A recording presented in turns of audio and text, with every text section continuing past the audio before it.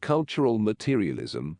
The Struggle for a Science of Culture is a book that argues that most anthropological and sociological colleagues are confused, incompetent, and beddomed because they pay insufficient attention to his brand of cultural materialism.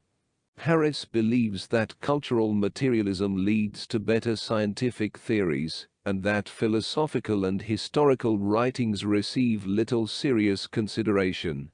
He accuses many with whom he disagrees of moral callousness or political irresponsibility, and proclaims his own liberalism.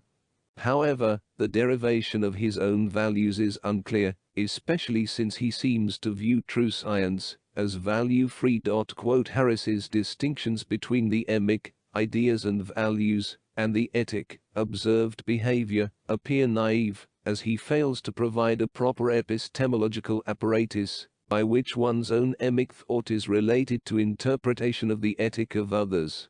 Weber's account, with his dismay over the possibility of forging a study of society out of such complex interrelations, is a more useful starting point for appreciating the magnitude of the problem.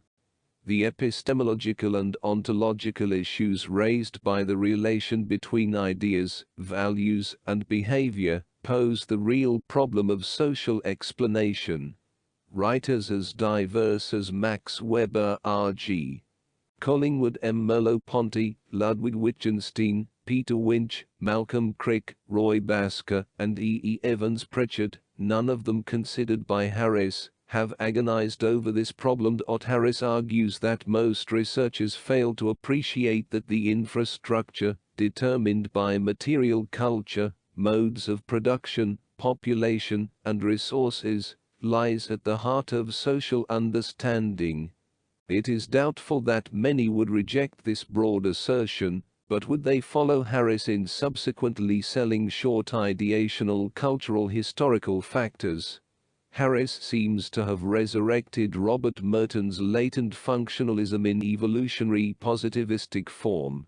While Harris gives lip service to anthropological studies of the beliefs and values of people, these studies are credited with little value. Real explanation resides in his own views.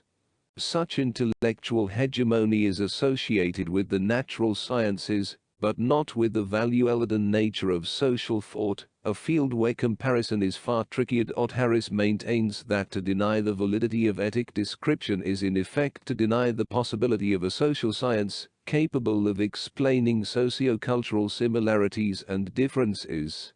He goes on to assert that because people in a society may disagree about what is proper behavior, the powerful may enforce conformity to their ideas and values, and because different persons within groups perceive their situations and interests differently, we should discard the idea of a society as a group with shared beliefs and values.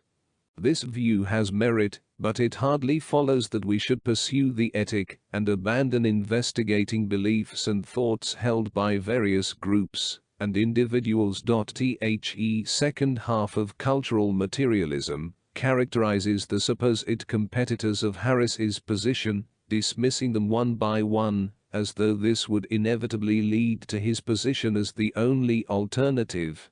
He avoids reporting or analyzing any social institution with the thoroughness or rigor required of scholarly work, repeatedly treating data uncritically or omitting crucial material unfavorable to his argument. Technology, resources, and modes of production do exert important influences on society, but they do not in themselves explain many of the societal and cultural differences that currently absorb researchers, attempting to understand everything from social organization and religion to bureaucracy, organization of complex institutions, the development of law, or the pervasive strength of rules about etiquette and alimentation. Harris's work relies on a muddled, shallow, anti-sociological view of understanding that cannot provide a useful method, even for the valid points he makes.